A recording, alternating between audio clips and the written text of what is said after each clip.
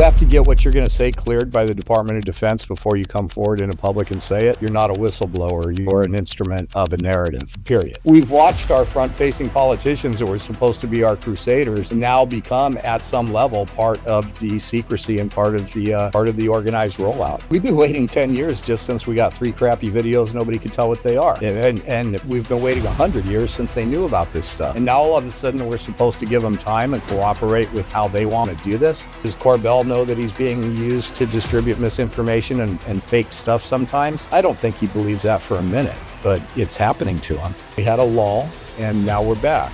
But we're not back with much that's new. There's the man, the myth, the legend, Ron James. How are you, that's sir? Pretty funny. Good. How are you? I am doing well. Excited about talking to you. We are recording. Let me shut this sliding glass door. I'm here. I'm right on the ocean, and it's coming in. Take your time. Where are you, in California? Yeah, I'm in Redondo Beach. Not too shabby. All right.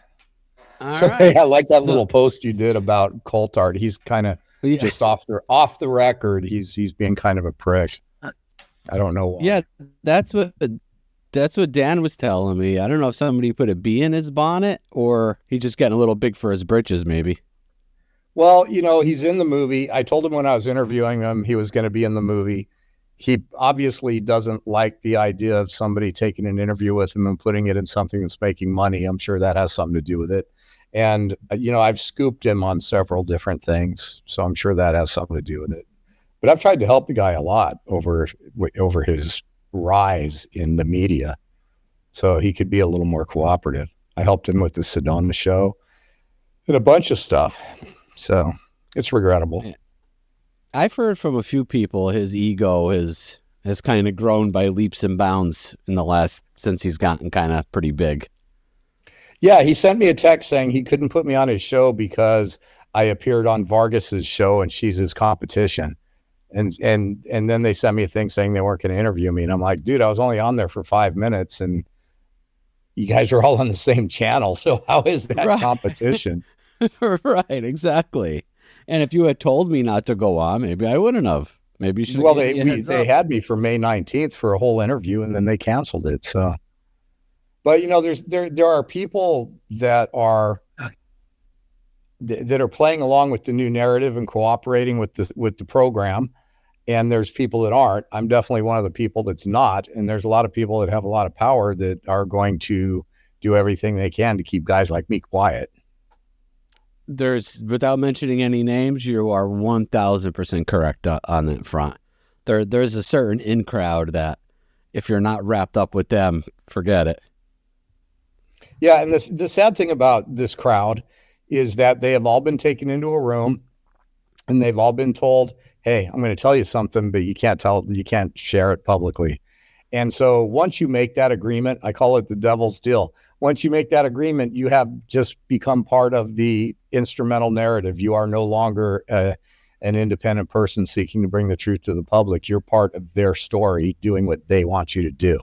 And I've had that opportunity numerous times, and I always say, don't tell me if you don't want me putting it in my next film.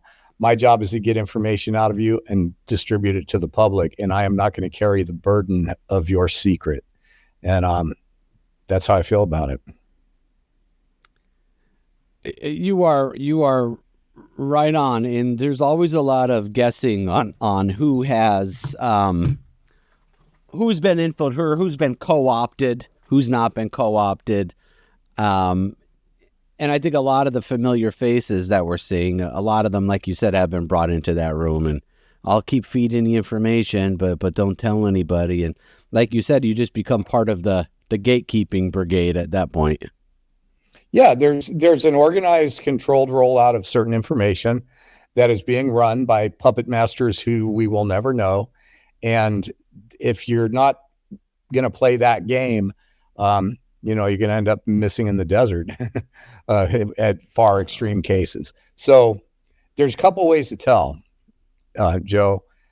One is if you have to get what you're going to say cleared by the Department of Defense before you come forward in a public and say it, you're not a whistleblower. You're an instrument of a narrative, period.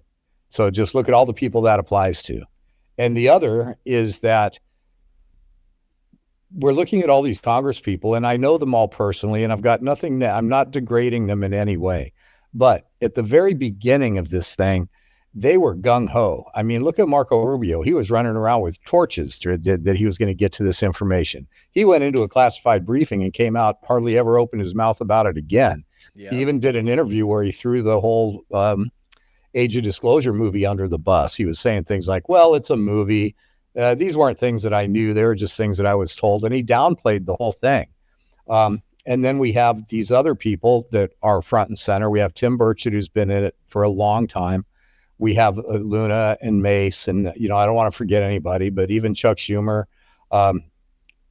especially the crowd, the main crowd of people, you'll notice that in the very beginning, they were the same way. They're going to go, we're going to find out the truth. We're going to get it to the public. The world deserves to know. And then all of a sudden, over the last 10 years, because it's been almost 10 years, which is hard to believe, they've gotten their security clearances and they've gotten cleared to hear certain information, and they've been in SCIFs. You know, you don't go into a SCIF for no reason. You go in because highly classified information is going to be conveyed. And now that they've gotten to the point where they can be read in on certain things, they're chiming the same thing. Well, if you'd been told what I've been told, well, what have you been told? Well, I can't tell you, you know. So we've watched our front-facing politicians that were supposed to be our crusaders and now become at some level part of the secrecy and part of the organized rollout. And I guess if you're looking at it from a government standpoint, Joe, that's all we're going to get. We're going to get what they've decided we're going to get. We're going to get it in the way they've decided we're going to get it. There is no true opposition or ability to get to this information that isn't part of the show. You know, Ron, it's really refreshing to hear somebody in the position that you're in saying that, because we don't hear that a lot from the heroes of disclosure, so to speak. Well, I'm pissing off a lot of people, Joe, because I'm calling a spade a spade. I'm pointing out that the emperor has no clothes. These guys, everybody's like, oh, let this controlled disclosure play out. We've been waiting 10 years just since we got 3 crappy videos. Nobody could tell what they are. And we've been waiting 100 years since they knew about this stuff. And now all of a sudden we're supposed to give them time and cooperate with how they want to do this. The way they want to do this is to make sure that we never receive the entire truth, that they never tell us all of the things that they've done, some of which could be considered possibly crimes against humanity. And they are never going to pop out on a stage with a file folder full of photographs from the Roswell crash or any other crash. So we're going to get something, maybe even an acknowledgement of some sort of non-human intelligent life. Like they're going to say, oh, there's plasmoids out there, whatever that's going to mean. But are they ever going to tell us the truth? Are they ever truly going to crack open the vault? No. And the people that are cheering them on and acting like they think we're going to get that, I'm on the record as saying I highly doubt it. Yeah, I would agree with that, unfortunately. Why would the government, after 80 years of covering up, say, oh, we just want to tell you the truth now. 80 years, the last 80 years have been a mistake. But we're going to roll horrible things to you in a few files at a time. That are relatively meaningless. These files they've dropped, a good percentage of them have already been in the public domain for years. Right. A lot of them have already been debunked. Jeremy Corbell was given this picture of this star-looking thing a few months ago, and he paraded it across his website and talked about how, what a bombshell it was. It turns out, with even reasonable analysis, it's a flare on the parachute that keeps dodging in and out of the shot. And the only reason it has that weird shape is because of a lens aberration, the way the lens is picking up the flare. And whoever decided to release that, both to Corbell and to us, and nothing against Jeremy, but he's been getting a lot of information and a lot of it has really not panned out. And it makes you wonder, who's using him, in my opinion. But, and again, nothing against him. He's done a good job for what he's done. But I think he's been the recipient of some things that were misleading at best. So I'll leave it at that. But somebody should have vetted what they're giving us a lot better than they have. That was going to be my next question, and you don't have to answer it, obviously. But, when he's certain people like Jeremy, not to pick on him, but why is this stuff not being vetted before it's being put out? It reminds me of the Lou Elizondo with the chandelier picture and all that stuff. Like, why are we not vetting this stuff before we're putting it out to the public? It's probably Well, I think intentional, I would guess. look, in Jeremy's situation, and I can only speculate, but he's got these connections that have told him they're going to give him stuff that nobody else has access to, and he gets to put his name on them and his little @ sign and put it on national TV, and he's trusting these people. But to me, they're just using him in a lot of these cases, and so it is what it is, and the amount of material that has been put through him into the public arena that has been proven to be just not credible at best. It's quite a bit, and so you think you're on the inside, and you might just be being used. And there's a lot of people like that. I believe that Lou Elizondo, and I've told him this, I believe he's still working, and that there are people who are going to tell him what to do. And if that includes holding up a fake UFO picture the same day Eric Davis is talking about multi-species aliens to a congressman, well, that's what he'll do. And because in his own mind, he's a serious person who has made an oath, and this is his version of being patriotic, is to serve his cause and do his duty and stay within his pay grade as an intelligence officer, which he is and has been for his entire adult career, just about. So, nobody should be fooled by the play that we are seeing, but unfortunately, a lot of people are. And then the ones that act like they're not fooled by it, a lot of them are part of it, and they don't even know it. Does Corbell know that he's being used to distribute misinformation and fake stuff sometimes? I don't think he believes that for a minute, but it's happening to him. Yeah, and it's almost scary because whistleblowers are putting their well-being, both financially and other ways, in his and other people's hands. And if he doesn't have the whole picture on if he's being used or not being used or who the players are, how do you protect these whistleblowers if you don't even know who you're protecting them from? And I'm not targeting Jeremy specifically. I'm just in a broad sense. Well, you have to have a structure in place. I talked to my new film, Accidental Truth Next, which came out a couple days ago, really takes a deep dive behind the scenes in Washington, D.C. I believe that I've delivered a story that people are not good, that they have not heard yet. They've seen what goes on behind the scenes. They've heard about some of the inside stories of my own experiences. And one of the things that has popped up to me through this is that there has to be a structure. Kirsten Gillibrand thought that Arrow was going to be a group that not only vetted the information and provided us answers, but also would protect whistleblowers. And in my film, it becomes very apparent that going to Arrow is just a way of being labeled and potentially isolated for punishment. And so that whole thing completely backfired. The whole organization, whatever intention was behind their conception, it didn't pan out that way. And so we have an organization that really exists to identify whistleblowers, but it certainly doesn't exist to give them a pathway to the microphone. Well said. And speaking of Accidental Truths, your first movie, could you explain for people who haven't seen it, and for anybody out there watching, if you have not seen Accidental Truth, it is one of the best and most informative documentaries or films that have ever been made on this subject. Highly encourage you to watch it, both the first one and the sequel that just came out, Accidental Truth Next. Highly encourage everybody to check it out because it's an honest telling of what's going on in the disclosure community. And in a lot of it, if you want to see through the BS that's going on, watch this film because it's just, in my opinion, it's an honest telling of the situation we're in. So, Ron, Accidental Truth, where did that come from? And explain to people what that is and why you thought it needed a sequel. Well, Accidental Truth was originally going to be called the Elizondo tapes. I pitched it to 1091, and they went to Dan Farah, who had Lou under contract, and Dan was going to push back if we tried to make a film about Lou. So I changed the title. The title Accidental Truth came from the fact that several people in the film are saying things by slip of the tongue or things they didn't mean to say, or confirming things through inference so accidentally telling us the truth. And and that was very successful. And I made the film bigger than just the information I had from Lou. I had hours and hours of tapes, interviews nobody'd ever seen. I still have that stuff. But I deferred to the distributor, and I just made the film bigger. I brought in Michio Kaku. I brought in Matthew Modine to narrate it, and all of the other people that are in it, Gary Nolan. And so I made a film that was way bigger than the original Burchett is in it as well. Yeah, I Tim believe, Burchett's right? in it. Yeah.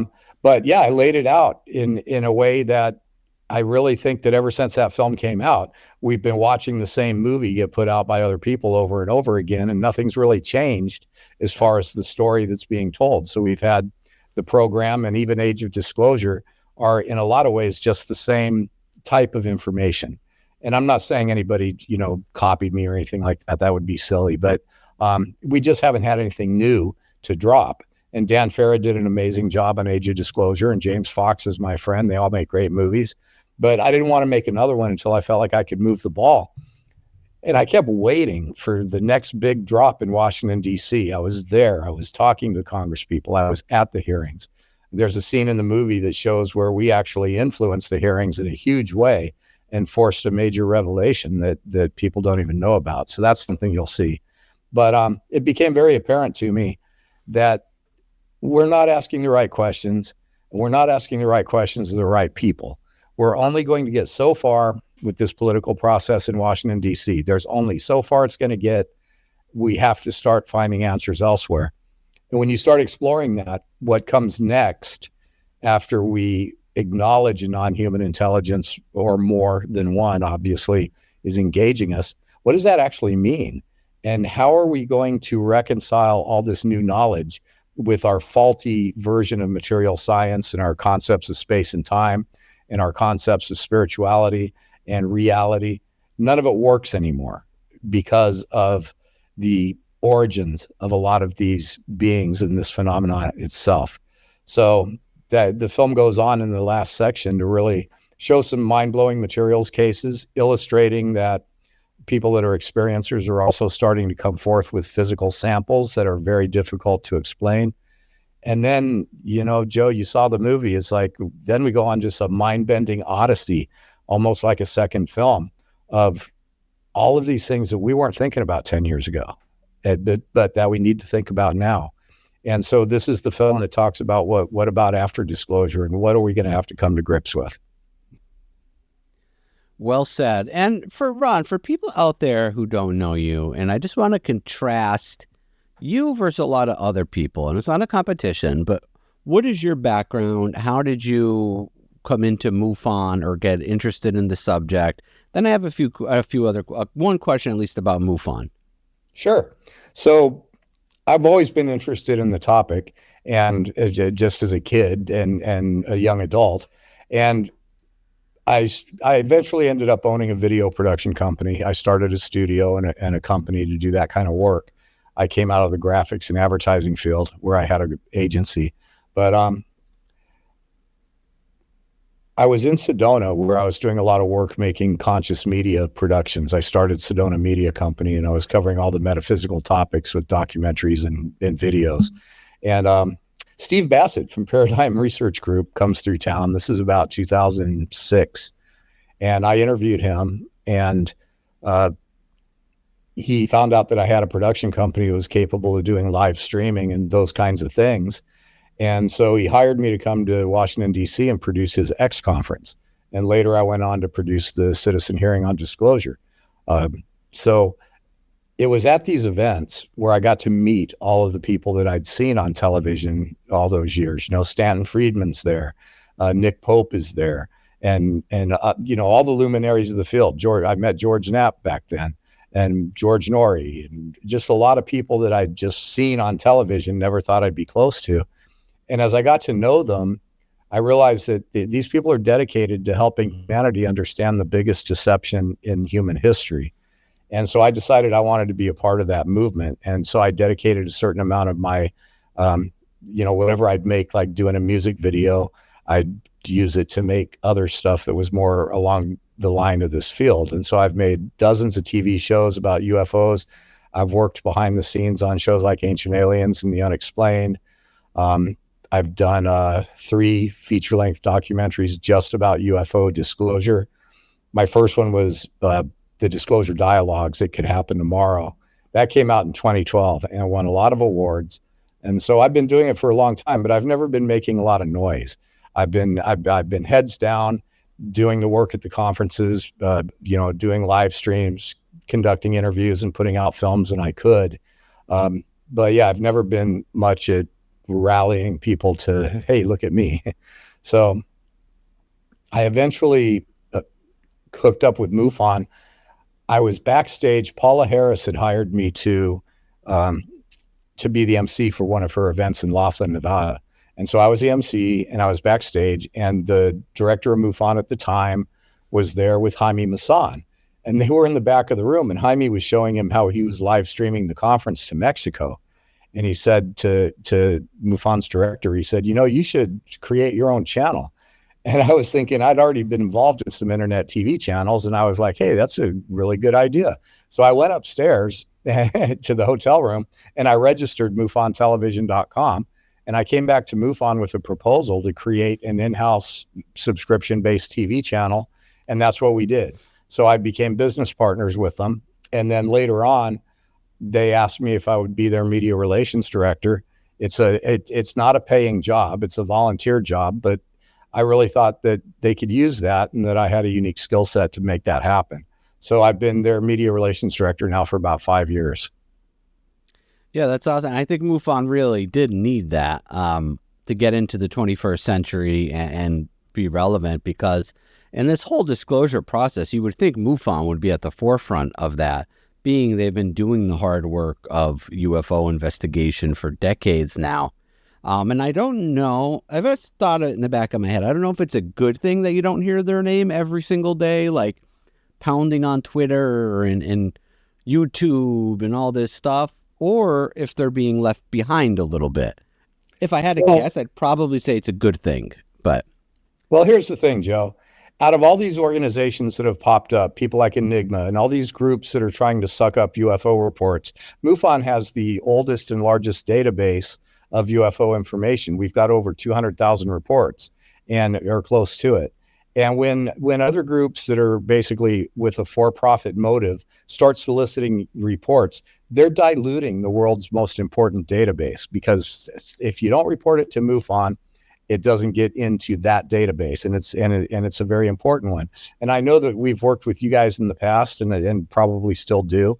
And I know that there needs to be a level of cooperation among what's happening to this data, and it doesn't need to be about money. The MUFON is still the only organization in the world with thousands of people with boots on the ground worldwide that can go and investigate a UFO report. The other organizations that have popped up and that are trying to claim a piece of the pie, because now that UFOs are big, there's potential money involved and the sharks are circling. And I hate to say that, but it's true. But we're still the only ones that have investigators that go out and do this. And they have continued to do that work, heads down, doing the job, while a lot of other people have taken a lot of glory, that supposedly, or if you can even call it that. I got it right on my desk right here. Yeah. MUFON Field and Investigators Manual. So I agree. MUFON provides a very valuable service on how to investigate UFOs, and MUFON is the pioneer. If I could say anything, so I've been a MUFON member for a long time, and this will just be brief. We're not here to talk about MUFON that much. Well, let me just say one more thing. Well, one thing that people don't understand is that MUFON not only has boots on the ground and runs this fantastic organization that has been through growing pains over the years and had things happen, but any organization does. We have been in Washington, D.C. behind the scenes. I see all these people, me too, I'm in Washington, I'm a big shot, I'm talking to Congress people. But we've been doing it, not that they haven't, but we just haven't been talking about it. We've had over 400 meetings with sitting members of Congress and their staff. We were instrumental in helping to craft some of the wording of some legislation that was made in the Defense Appropriations Act. We've got a voice at the table, and we're supplying information to both the House and Senate Intelligence Committees every 3 months about what's going on. Right now, I'm in the process of preparing a special report for Eric Burleson, who has asked for it. We're doing all kinds of stuff Awesome. besides just boots on the ground investigating. And so, yeah, MUFON is not super good at tooting its own horn, but we're really good at what we do. And that's exactly what I was hoping that you would say is the work you guys actually do, because it's super important. It's behind the scenes. It's not jumping up and down on Twitter saying, look at me and look what I'm doing. You're just doing what MUFON has always done. We show And it in the this film. Field you know. Investigator Manual is the definitive guide to investigating UFOs and exactly how to take witness statements and a zillion other things that are in here. It's worth every penny if you're serious about this subject rather than just getting clickbait. Yeah, if you want to go out and actually play around and be part of it, being a MUFON field investigator is an adventure. I mean, it really is. And the that field investigator manual that you're holding up, it's changed over the years, but the original field investigator manual was one that the Air Force gave MUFON when they closed Project Blue Book. It said, here's all of our techniques and tactics and investigative instructions, and you guys go for it. And we have. So yeah, MUFON television, it's really worth looking into. 1000%. Highly encourage everybody to, if you have a witness sighting. So we have a way as well where you could submit sightings, but if I can tell you to submit one on my website or submit one to MUFON and where it's going to do the most good, I would submit it to MUFON, and that's coming straight from the horse's mouth, because it's not this community. Well, Joe, we're gonna come up with a way to help each other, to coordinate the data without taking away from either organization, and that's how I think it should be. We're working with Danny Sheehan and New Paradigm Institute because the work that he's doing is very important. He's working behind the scenes with Congress to start figuring out all the legalities about disclosure. It's a tangled web. And then there's not been enough attention paid to conditioning society for this. So there are people that are doing this work, and every day there are meetings being had. And so, the public doesn't really know about it. It's not that it's a big secret. It's just that it's not something that we're going out of our way to reveal, but it's all stuff that has to be done. You can't just have a president pop out and say, hey, we're not alone in the universe. Go back, have lunch. It's going to create a whole lot of issues that need to be dealt with. Absolutely. And so you've been at this a long time. Well, first, let me ask, what in Beyond UFO Disclosure, Accidental Truth Next, what are some things people are going to see in this movie that are really going to have them thinking and stuff after they see it? Thanks, Joe. It's a great question. People that watch this movie are routinely telling me that they're still thinking about it 3 days after they've seen it. And that's especially contained in the back end of the film.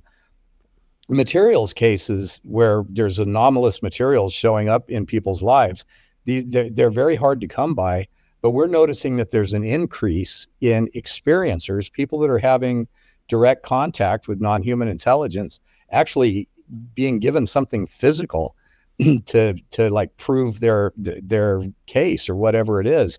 We've got 3 cases in there. This is some samples from one of the cases that we have available to any lab that wants to test this. We have plenty here. If you're a legit laboratory and you'd like to test this material, you can. Our results are inconclusive. Our experience was crazy. Then we gave the material to Arrow.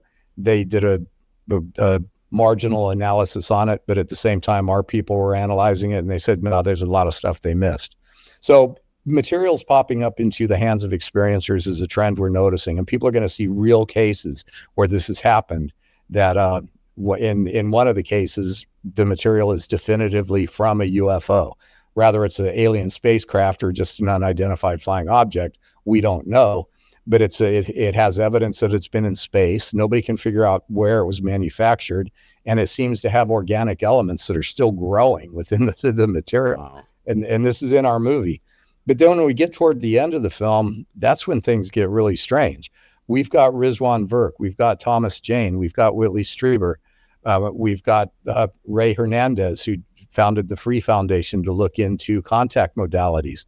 The whole question of what is reality, what is AI, and how does it play into it? What is the future of humanity? What do our most traditional spiritual teachings and the modern phenomena have in common? And how do we tie all that together? And the conclusion, if there is one in this film, is that we do not know how to ask the right questions yet. And if we're going to accept the existence of a non-human intelligence, we have to start thinking about what's next, because it's going to be a paradigm shift. And we have to really start evolving our thinking beyond, oh, please tell us there's aliens, because that's truthfully, it's the smallest part of the question, and it's only the beginning of the journey. Yeah, well said. What if you do you have any idea what the phenomena is that we're dealing with? It's multiple phenomenon. People say, well, they could be extraterrestrials from another planet. They could be beings that have possibly been here all along. Maybe a cataclysm on Earth drove them underground, destroyed their evidence of their civilizations, but they prevailed and they've been here for a long time. Then there's interdimensional travel. There's time travel. There's all kinds of potential life forms that we don't even understand. And then we've looked at these things through different filters over time. The religions all point to non-human intelligence and identify them with certain monikers. So I believe that we're seeing, flesh and blood beings that come into this world and live a life like me and you. You're born, you live in a meat sack, and you die. Then there's other beings that possibly have the ability to come in and out of this world without having to take a permanent physical form. And then we have other types of beings that we might not even know what they are or how to recognize them. I think we might find out that AI is actually a predominant life form in the universe, because the ultimate direction and conclusion of any advanced civilization will involve eventually creating an artificial intelligence. And what does that look like? And then we have to look at what is the nature of reality in itself. Could it be that we're truly living in a simulation? And if we are, then what does that mean? We have to accept that consciousness is fundamental.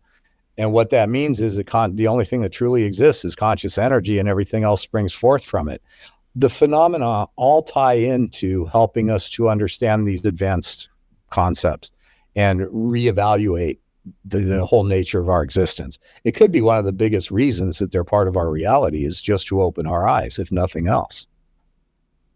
Yeah, well said. When I first started this adventure, but when I was a little kid, checking out books in the elementary school library and the Bermuda Triangle or UFOs, just always interested in the greater mysteries of our world.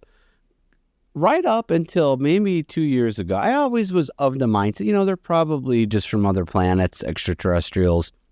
But the more I really get deeper and deeper and deeper in the subject, and that's probably the least answer of all of them. It could be a part of it, but it's probably the least likely explanation for the whole thing.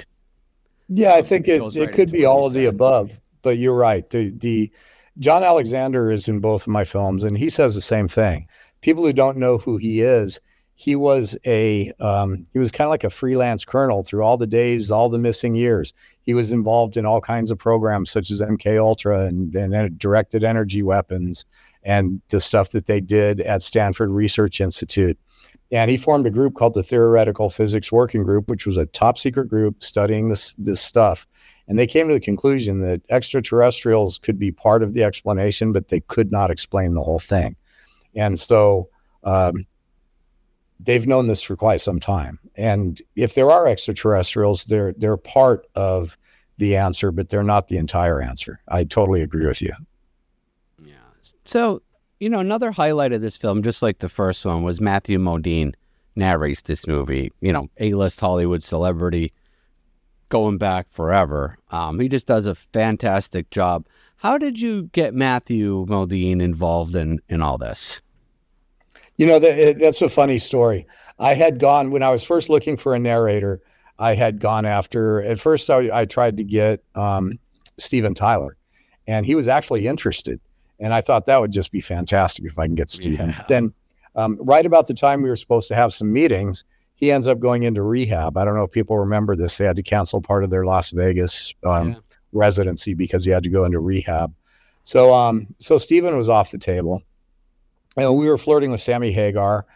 He was interested, but the next person on my list was Edward James Olmos. I thought if I could get Captain Adama, that would be totally awesome. So we got Eddie to do it. He agreed. We drew up the contracts, and his attorney at the last minute scared him off. And he backed out like literally the day we were supposed to sign. And so we were without a narrator. We're humming along, and a friend of mine knew somebody who was with Matthew Modine at a Comic-Con thing, and he was helping to represent him and help him out. And so the guy, just by my friend asking him, asked Matthew Modine what he thought about extraterrestrials, and Matthew has had experiences in his life, at least one or two. And he said, yeah, I want to find out more about the project. And sure enough, he looked at it and he agreed to do it for a price that we could afford. It was still not cheap, but it is Matthew Modine. I'm sure. And over the process of it, we became friends. We learned to trust each other, and that's very rare in Hollywood. And I can say about Matthew, I told him this, that I respect the one thing about him is not so much his acting career, which is very respectable, but the fact that he managed to stay married to the same woman from before he made his first movie all the way until now, and raise two functional kids that aren't all messed up. They're out there with good, solid careers. And to pull that off in the Hollywood environment speaks a lot to your character. So I have so much respect for Matthew for a number of reasons. And when I went to do the next movie, originally it was just going to be a director's cut. We had a deal in our contract that he would come and do pickup lines, but it quickly became apparent to me that it was going to be a second movie. And so I asked him, look, we're going to have to negotiate a new deal, and I'm going to have to get you back in the studio. And he was ready for it. And so, we recorded twice in New York, and had a little fun going out we were both in the Philip K. Dick Film Festival that same weekend. And his anniversary of his movie Vision Quest was playing at a special. That's one of my favorite movies of all time, Vision Quest. Yeah. So I got to attend that anniversary with him, and it was really exciting. Wow. And Matthew's been a friend and just a fantastic person to work with. And then Thomas Jane coming in, that was a blessing. TJ, as we friends call him, him and I were speaking at a split card at a conference. He did his part and I did my part, and they were so similar about AI stuff that I was like, look, I don't want you to think I'm taking your information and putting it in my movie. Would you interview for the film? And sure enough, he said yes. And he's a big star, and we've become friends also ever since. So that was a plus. And then at the last minute, I got people were telling me the music was terrible, and I've always the music in my films is kind of like an afterthought. Let's just throw something in there to put in the background. But this time it was really bad. I tried to use artificial intelligence to make original music, and people were like, dude, this is awful. It's ruining the film. And I had done some work with Alan Howarth on another project, and I called him up. And Alan, for those who don't know who he is, he did the music for most of the Halloween movies, all of John Carpenter's stuff. He did Escape from New York. He did Christine. He did The Thing. I mean, he's Hollywood musical royalty. And he's like, yeah, you know what? I can do something for you. How much of the movie do you want me to score? And I'm like, all of it. And he's like, okay. And how much time do I have? And I'm like, a week. And sure enough, he did it. And he did a fantastic score. It's so good that Sony Music is distributing the score of the documentary on Sony Records. So that's pretty cool. Wow. Yeah, that's pretty impressive. And yeah, he's a consummate professional. The scores for all those movies you said were pretty phenomenal, especially The Thing. It's funny you mentioned that. It was a pleasure to meet you at Contact in the Desert, by the way. It was a great time. I got the piece. Oh yeah, you got one of my little statues. Yeah, yes, it's the Holy Grail. That's my Grail piece of my little command center down here. So I appreciate it.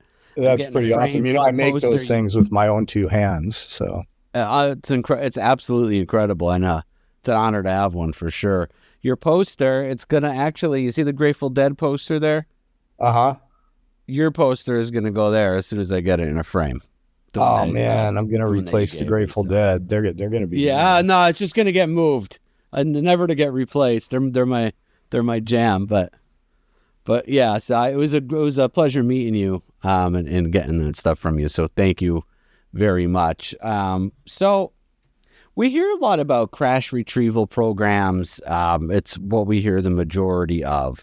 Based on your latest investigation, not even your latest, but your whole career up until this new movie, in your opinion, do you think we're holding wreckage? Are we holding functional aircraft? Or do you think we have living bodies, dead bodies of non-human intelligence? I think it's all possible. It's funny that you bring this up, because the film I'm working on right now, which is hopefully going to come out at the end of the year, is a collaboration with Michael Schratt. We got the Leonard Stringfield, who is arguably one of the best UFO investigators in history. When he died, we got his files, which is a gigantic steel cabinet full of hundreds of cases with dates, names. So we are putting together a new DVD, or a new movie called The Legacy Programs, Stringfield Theory. And it documents 17 cases with names, dates, what bases they went to, what the craft looked like, who was involved. And we've reenacted all that stuff with state-of-the-art AI, working with some people out of Disney. And so this is going to be, we're going to finally shed some light on, well, what is a legacy program, and what does it mean, and where did it originate? And in these files, people used to talk to Leonard. He could get people that were involved in these programs to come forward and tell him things, and as long as he protected their names.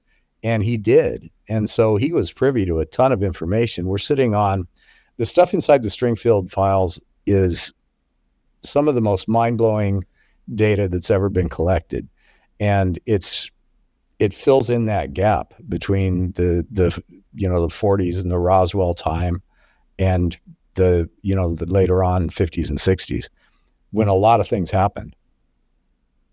Yeah, I'm so happy you said that name. I've actually written a few essays on him and how important his work was, and that we don't see his name mentioned every day in this topic is mind-blowing to me. He's one of the most important investigators we've ever had, way ahead of him. I say all the time, Stringfield and John Keel were so far ahead of their time.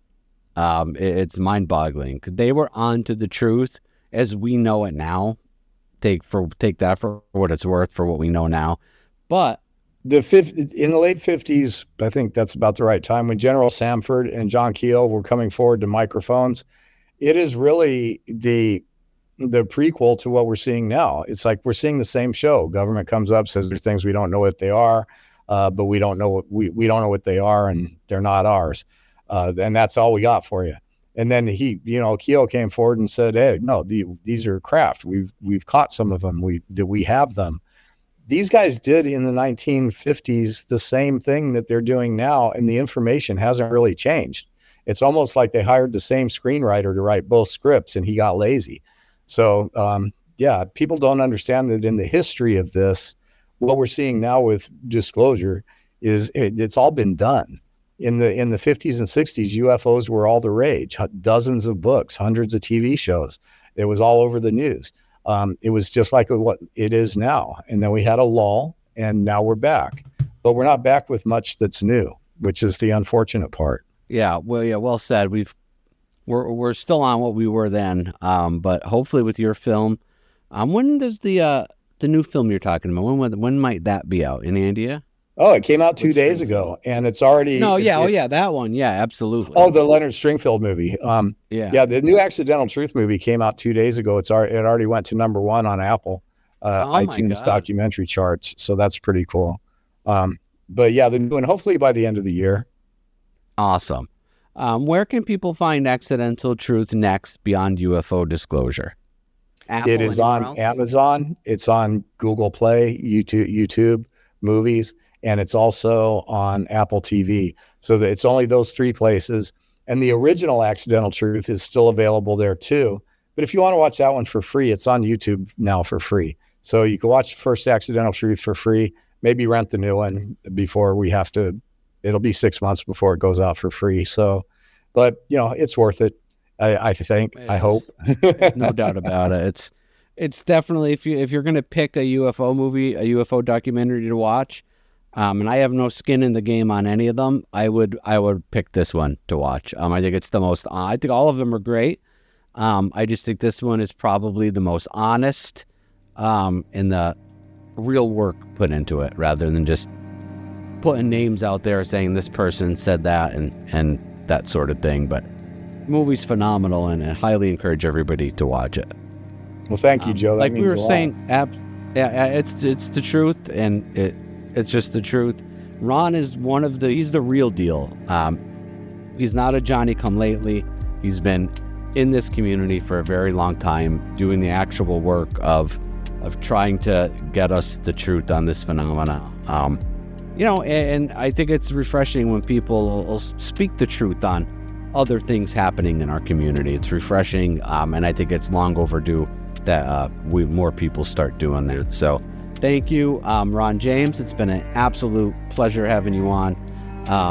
Accidental Truth next, Beyond UFO Disclosure, Apple, Amazon, Google Play, #1 on Apple. So go watch it. It's phenomenal. Ron, thank you very much.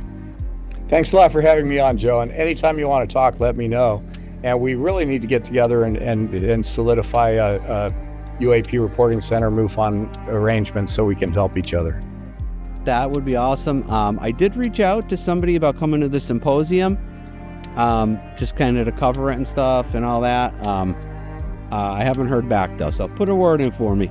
I will. I see no reason why they can't at least give you a free ticket to get in there. That'd be great. Yeah. That'd be great. Right. I much appreciate it. I'll ask. I mean, technically, I'm the media relations director, so I'd be the one to ask. So send me an email to media@mufon.com, and I'll see what I can do. Okay, try to pull some strings for me, Ron. I will. media@mufon.com. Send that along to me, and it'll be right up on my radar screen. I'll get it pushed through. Yep, I definitely will. Hey, it's been an absolute pleasure. And just thank you I know you're busy, so thank you for taking the time to do. Thanks a lot.